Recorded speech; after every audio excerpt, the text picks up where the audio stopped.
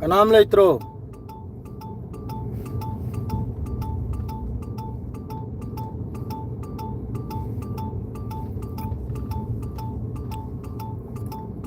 Yamna khongning amare taning laktre ko lang sajal lakle.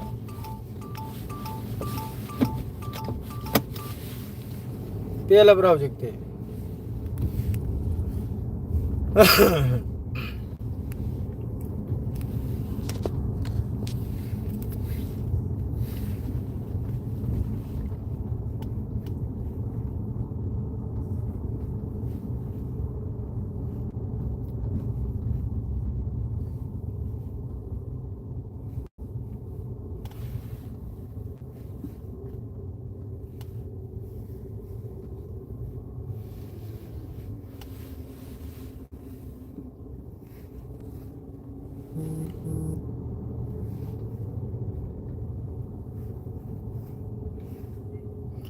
Miyam kak thir mi nei taw sa du ki mi du phang dren he.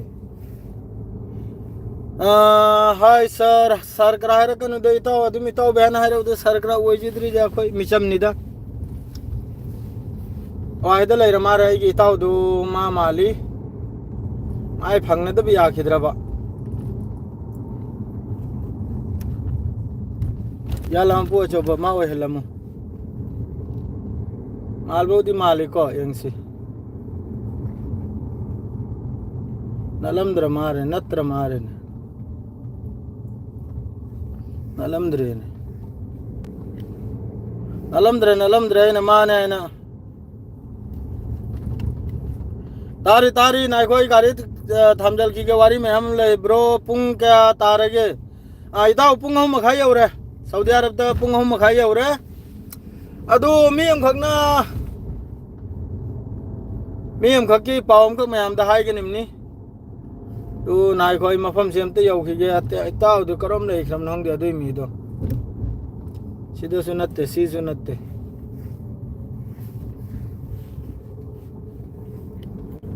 तो मी तो स्वाय से तो मा थबक सूरिम ना बादू नहीं लैत्रिसी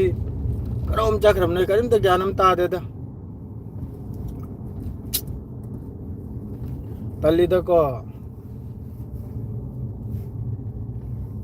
कना कना नो लैरिसे माइकल जैक्सन ब्रो पुंग क्या तारगे पुंग हम मखाई हो रही मोबाइल से पाई जगह गाड़ी सी स्विच मुथत के इंशल हाई थे के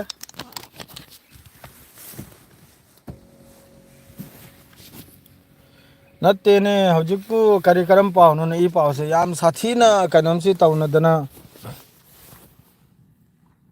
कनम सी तौन बगी मोंगम पावम ताई ने कना कना नो सीब खोत बगी फादन पु बगी अदुगुम पाउ से मयाम करम करम दगी नो मथौ मरम नाय द मखै साउनिंग ब्रो करिगी साउगदौरी ने आई ड्यूटी न ते दई बेहरन चकनिम नि बेहरन चपई थोकले नि मादु पुंगमरी दे चकदर न मादु लागतरे अदु ngaइरिम नि पुंगमरी दे चकन है दो गारे सु प्रक्तरे ओ गारे पुरेगा बेहरन चंगनिम नि ताव मयाम बेहरन द करिनो मोय पार्टी करा ले मारे पोछे मादु हक्सांगम ददन ngarang दो ऑक्सीजन करा हालेगा अदु हक्सांग से नुंगाइ जरेम नि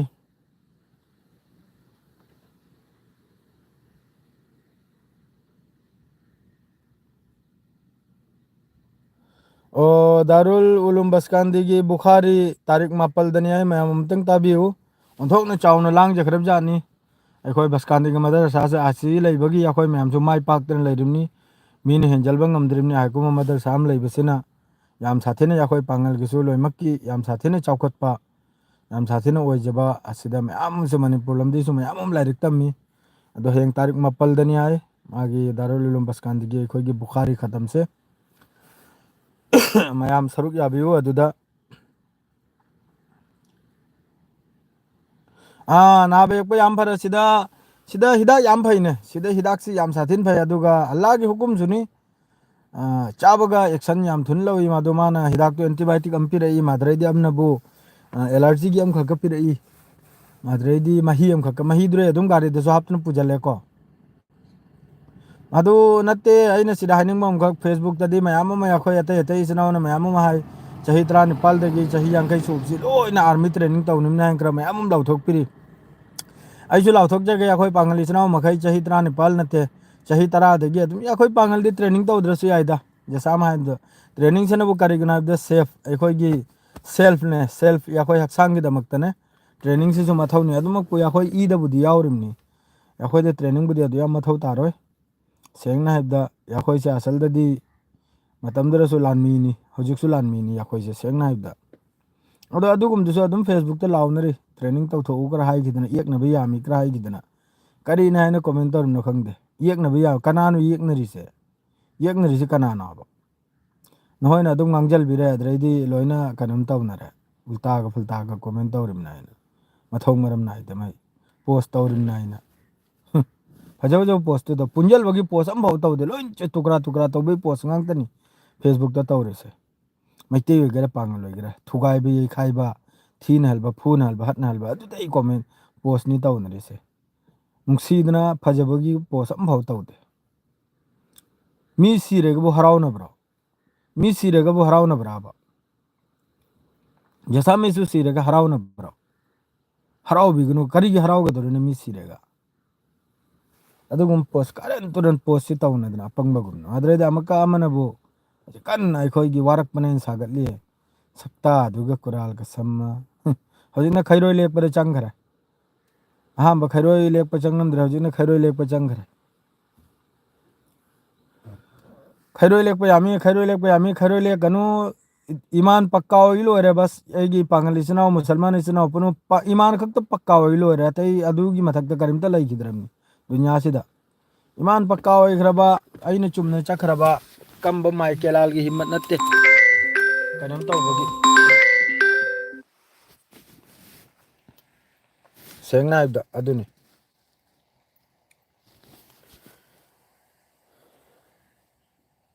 ꯉꯥꯏꯈꯣ ꯑꯃꯨꯛ ꯐꯣꯟ ꯇꯧꯔꯛꯏ ꯀꯔꯤꯒꯤꯅꯣ ꯍꯪꯈꯤꯒꯦ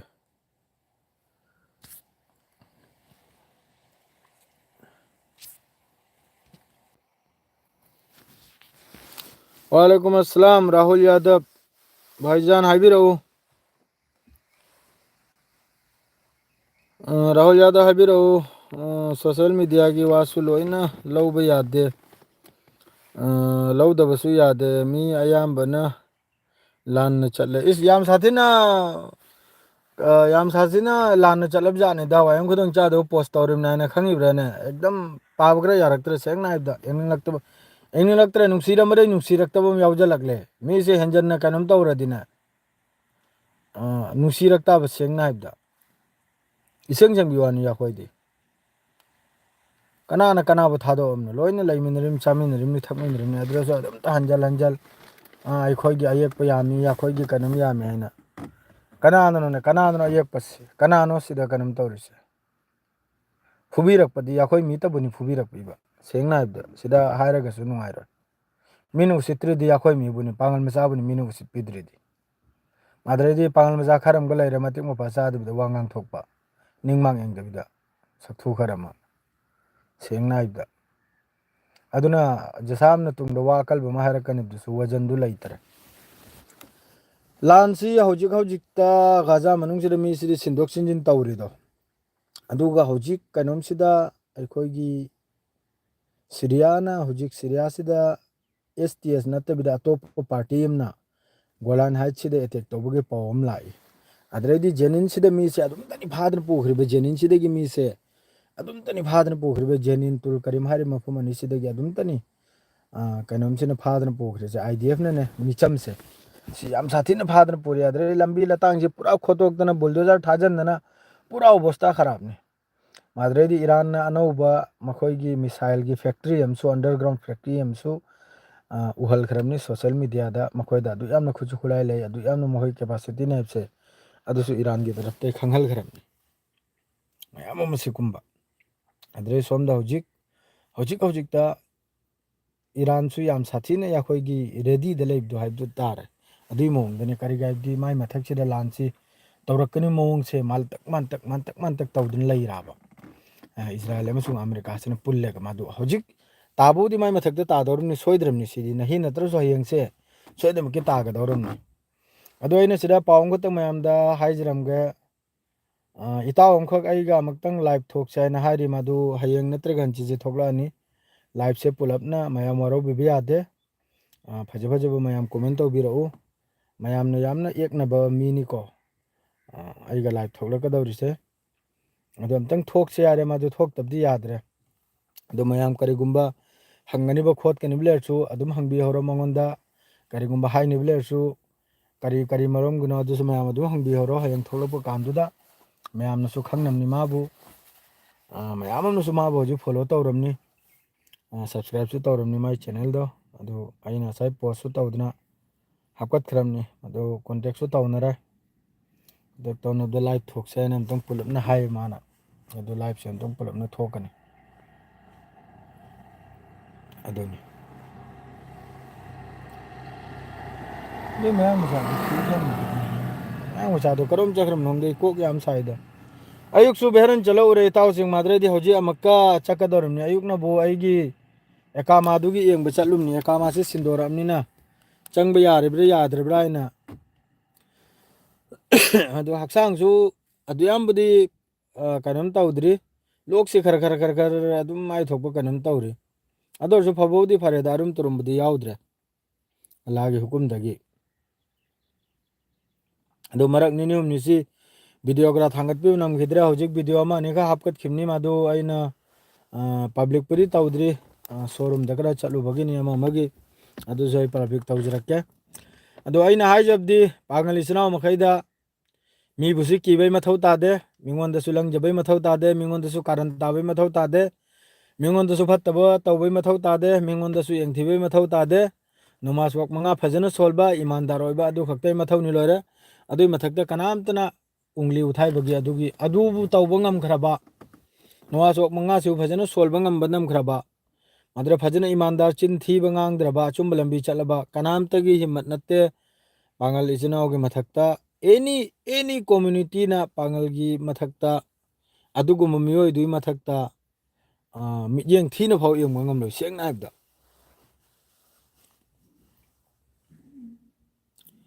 मुजक्किर अहमद आई कसारदगी नी ने इतावबी आई मोइचिंग नी सासबोम स्वाइबने मोइचिंग माद्रे नहल यामना नुंगाइतबम नबु थौबाल मोइचिंगद्र कैनोमी को फादन पुनेन तौबा कांदो मी दु चिंगथोक चिंजिन तौनरिदु अतई मी मखैदुना करी पायदन लैरिम करिमता ज्ञान मेन तादे मतांग दुरक तो फारमदी अफा मे दुजु नाकलम दक सेंगदोक यारमनी अदु तबु येंगना खुलाई पाय दु पायना अदु गुमद्र खुलाई अदुना निने ईमान वाली हरसे ईमान से वाली आबा ईमान कमजोर नाबा ईमान फब तारगदी ईमान लेब तारगदी मुजाहिद ओइब तारगदी अदु गुमदु कीरोइदनिम नाबा अदु थेंगननिम नाबा माद्रेदी सिदा मयाम तौबिम लैरि आइगिदी करी मथौ ताइबदो अदुई थबक तुम थादोक बिरो याइसना अदुई मतम दु लोइखरा आई करी मथौ ताइ हैबदो अदु तौबिरनु लोइमक तो मथौ तारमनी जसा मी सु अवाब तारदी जसा तौडी अदु हक्ता चंगजलेगा मतेंग तौबि सीबदी नोमु सोइदबि लोइमक सीदौरिमनी सेंग नाइबदा आइसु सीदौरिमनी नंगसु सीदौरिमनी लोइमक सीदौरिमनी सीबसिदी सोइद्रमनी ईदन लाकरमनी याकोइगी बस अहाल बा माद्रेदी अतप्पतै वानी खंगिब्रने अदो इज्जत की साथ सीबदुनदी फै सेंग नाइबदा लोइमक सु इज्जत की साथ सीबदो अदुनदी फै कीना किरुम किरुम तौरगा सीबदो अदुई खुशी दुरि सिनिंगदे थबाक थिल्लेगा ममांगैदसु अदुम हिस्टोरी दो एंगबे याकोइगी मुसलमान जात से निंग नमगल लोमदो फावबा नंगै मरु से चादुनि थबाक लोमदे से चाबनाबा खंगिब्राने ममांगदा अंग्रेज का तौनो मतमदसु सा मतमदसु अदु हक्ता मयाम खलबियो अदुगुम्बा मफमदो अदुगुम वारिदो खंगलबो मथौ ताये मयाम से आइसु मोइचिंगिनी मोइचिंग कायवागिनो फुटबॉल अमता हाइरउदना आई मोइचिंग हाइदी कसार हाइरमनी कसारदा मोइचिंग हाइन ले अदुगिनी आई अदु मयामना सपोर्ट तौदना चैनल सिसु 5000 यौखिदोरे ममांगैदे चैनल अमसु 5845 नि अदुदी कम्युनिटी गाइडलाइन वीडियो मचा मतनम ख हाबुंगैदा दोसा ताखरे अदुगिदो अदु चैनल दु यादरे न लाइ म होत नमनी फोन लांग से तौदना मखोगी गूगल द माद्रेदी वारी वतांग चाट लांग तौनदन सुबिया याखिद्रे एकदम सु सुया यागिद्र सुया यारोय अदरे नारे यारोय अदि डिलीट तौरगा द तौनिंग तौखरा मदु डिलीट प्री तौदे अइना लॉक तौजनना थमखरे चैनल दो अदुनि माने यारोय हादि करिगे हम कायना दो हजिकिसु नखोय मैमना सपोर्ट तौबिदना 5000 बु यौगदौरे खरटनि ngaire adu marak sida inshallah yaurani madu aisu video si thagalak ngamde aduna subscriber si laktamni madu la ani mawsu thobal moichingi o thobal moiching dinu manipur dani do ain mon harbisine bu yakhoi kasar moiching ni kasar da su thobal hain laye tauri jang si phujal gidna gari thaurim na pit pit la home adu khangde amadu pungmari de chakadar nai pungmari di yaugadare madu haji fawa ta pata leite ne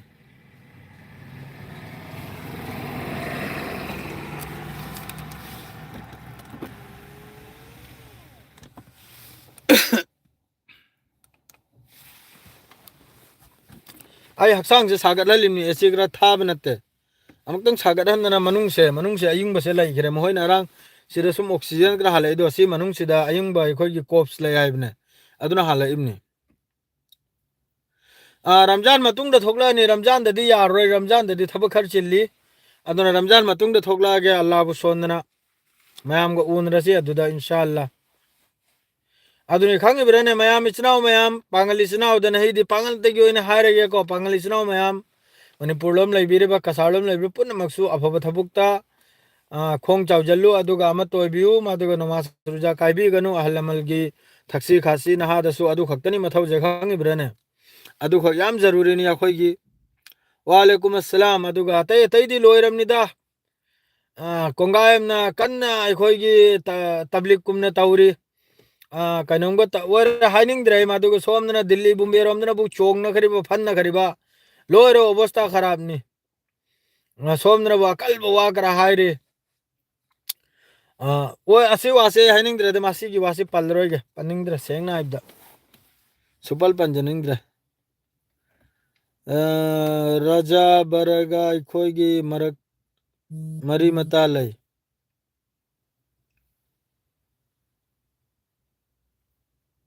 raja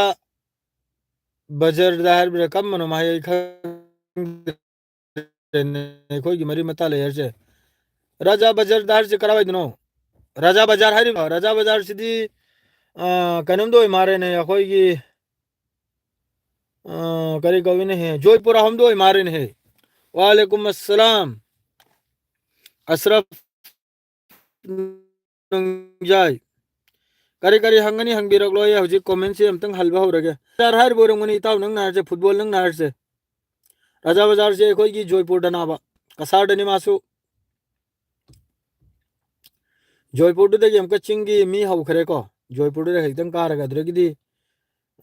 naga kuki ama maloi na dura adom dai hau khare no adom no mete su yam lei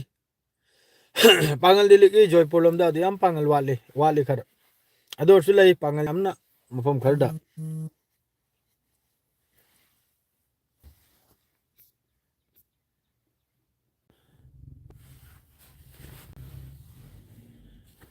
raja bazar har si kam no raja bazar khoi gi mari matale raja bazar okay wa alaikum assalam khangde ne mai pung mari de chakadar mai pung mari di hogo dore kam tambu chalakadam no khangde ondong tal kare da haksang am dapsida ado ai live thoklakani marvin har duga marvin kuki duga live thoklakadawrimni hayengan chitse soide bagi ado mayam yaragadi video de adum share to biramu like to biramu marvin ga wa khartang adum dibet macham khaptung tawnage wa kharchu monda hangani leira adu thok sai na haina du yakhoi si matam si haitam khuyona ri chana driyabane matam se ado marvin har si mayam khangnam gani yam sathina hojik youtube ta ma chaidna khotna mamu tawrimni adu ai gadi handai su khang nei ne channel se nauna taruk bedai su adum ai ga support taw na yabne support taw namni na adum ngang na dobdi yade akhoi masan support taw namni na adu ai na hare nang ga suwam tang machang khotang sana sidna online dai na madu mana re na sirbai ai bera leitai na ai na re na chana khadi kambi ganu parbe na na e kari kam go dor phajana isna gun wari sanre loire dana na do ai wakhalda hayang natre gan chidima ga date se fix tawrage ꯑꯩꯒꯤꯁꯨ ꯊꯕꯛ ꯀꯣꯝꯕ ꯅꯨꯃꯤꯠ ꯑꯃꯗ ꯑꯗꯨꯒ ꯑꯃꯨꯛꯇꯪ ꯃꯥꯒ ꯋꯥꯔꯤꯁꯤ ꯃꯆꯥ ꯑꯃꯈꯛꯇꯪ ꯅꯩꯅ ꯊꯣꯛꯀꯦ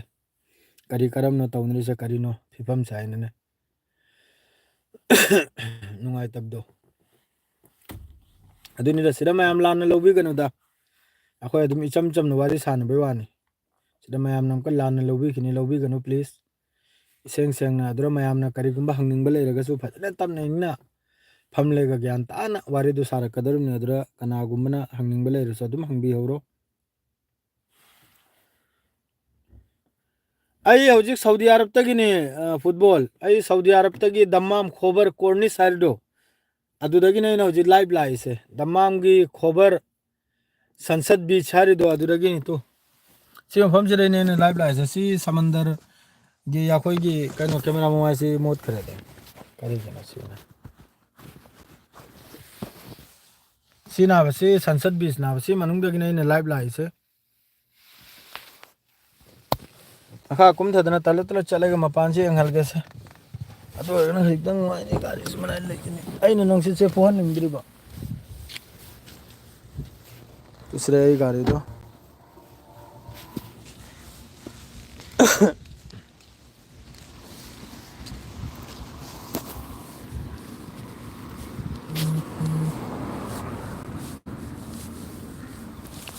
माई मैसेज ने तौन रखरीबने माई कई मरी दगी मैसेज सितने गायग्रे से असी अखोई कनोमनी संसद बिजारदुनी याम फजब मफमनी येउ मयाम अदुम सी उरोक क्रक चेलिने गाड़ी आगी थिंग्रिब्रा होरेल स्टार्ट होददना अदरे दोसाताने येउ मसी मफम से फजद्रो सिलोइना वीआईपी मिंग आंगतने सिदा लैरिसे खंगेदना से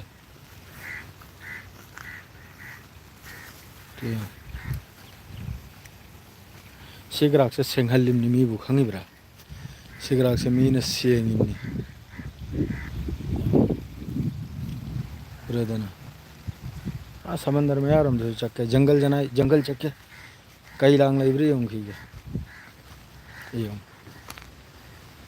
ए मीना उसितबग्रा याबनते सेंगनारजनी मीना उसितबग्रा याबनते अमत ओइदना फजना मिंगोन त लालबत लालुनु लोरे पुरान चिंथी त तौबिरुनि चनाउसिंग हुराम बसिदा हायदि अखोय पांगल से लोइरमनि मी महिने वा माहानी पांगल हुराम वा माहानी पांगल हुराम बायने कुराल कसमना खंगनी ताब याद्रमनि सेंग नायबदा अदु खक्तदि तौबिरनु मयाम अदुगा मीबु हेंसु हेंजल हलगनु अचुंबदो ओरदि दम सुदतना रो सेंग नायबदा येंग दोनसे चीजिंग चेन थालिम सुम सिदा ngam cham cham cham yam lei manung sida सी चेन दबजना अदुम सी नला सना अदुम चखिदना समंदर द तारबिम सी मा हम मांग समंदर ना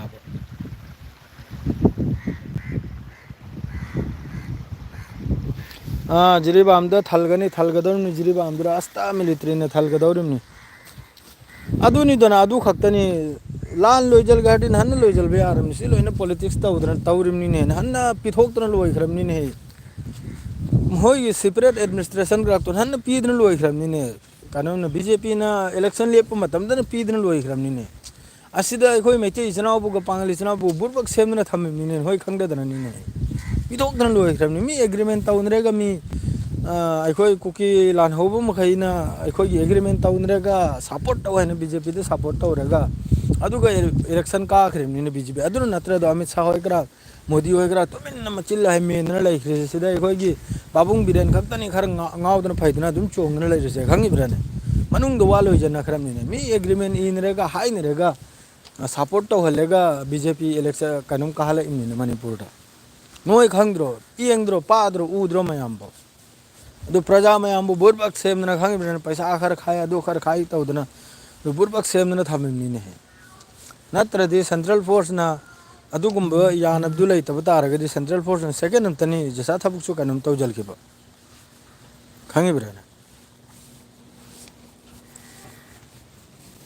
अदो मनुंग दुरो यानबदु लैबदुना बो हजु फाव तुमिन लैंदना अदुम तोंग तांग हाइन तौदना अदुम लैरिम नत्रो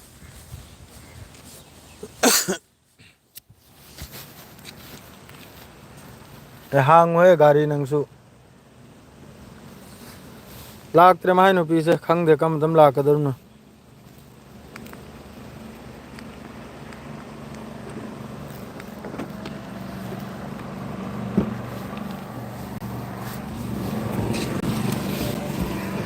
ma panch re ing ba gane arum sau gani bhai ne hakte ne tari tari walaikum assalam janab khan tari haro dum de so dum to ni message se tor ko blog dak tau jaladi ma thong maram na ai roi do location थारा खरे फरे माही लाए मादु नदी आइसु मीसी लागले चप्प यारे अदु नदी नहीं से सुवास लो हेलसी मयाम अदुनी नमाज उजा करन सोलु 5 वक्त नमाज सोलु नमाज काई भी गनो ईमानदार दे लेबियो अदु खक्तनी थमजरे नहीं गिदिया सलाम अलैकुम।